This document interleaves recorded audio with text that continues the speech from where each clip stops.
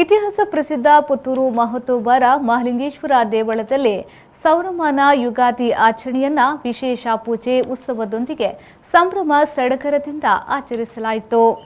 ಬೆಳಗ್ಗೆ ದೇವರ ಸನ್ನಿಧಿಯಲ್ಲಿ ವಿಶುಕರ್ಣೆ ಉತ್ಸವವು ದೇವಳದ ತಂತ್ರಿ ಬ್ರಹ್ಮಶ್ರೀ ಕುಂಟಾರು ರವೀಶ ತಂತ್ರಿಯವರ ನೇತೃತ್ವದಲ್ಲಿ ನಡೆಯಿತು. ಸಹಸ್ರಾರು ಮಂದಿ ಭಕ್ತರು ಸರತಿ ಸಾಲಿನಲ್ಲಿ ನಿಂತು ದೇವರ ವಿಶುಕರ್ಣೆ ದರ್ಶನವನ್ನ ಪಡೆಯುವುದರೊಂದಿಗೆ ವಿಶುಕರ್ಣೆ ಉತ್ಸವದಲ್ಲಿ ಪಾಲ್ಗೊಂಡರು. ಬೆಳಿಗ್ಗೆ ದೇವರ ಉತ್ಸವ, ಬಲಿ, ವಸಂತ ಕಟ್ಟೆಪೂಜೆ, ಮಧ್ಯಾಹ್ನ ವಿಶೇಷ ಮಹಾಪೂಜೆ ನಡೆಯಿತು. ವಿಶುಕರ್ಣೆ ಉತ್ಸವದ ಹಿನ್ನೆಲೆಯಲ್ಲಿ ದೇವಳದ ಒಳಾಂಗಣದಲ್ಲಿ ಅಲ್ಲದೆ ಹೊರಭಾಗದಲ್ಲಿ ಅಪಾರ ಸಂಖ್ಯೆಯ ಭಕ್ತರು ನೆರೆದಿದ್ರು. ಪುತ್ತೂರಿನ ತ್ರಿಶೂಲ್ ಫ್ರೆಂಡ್ಸ್ ಸಂಘಟನೆಯವರು ಭಕ್ತಾದಿಗಳಿಗೆ ಮಜ್ಜಿಗೆ ನೀರಿನ ವ್ಯವಸ್ಥೆಯನ್ನ ಮಾಡಿದ್ರು. ಮಧ್ಯಾಹ್ನ ನಡೆದ ಅನ್ನ ಸಂತರ್ಪಣೆಯಲ್ಲಿ ಸಹಸ್ರಾರು ಮಂದಿ ಭಕ್ತರು ಪ್ರಸಾದವನ್ನ ಸ್ವೀಕರಿಸಿದ್ರು.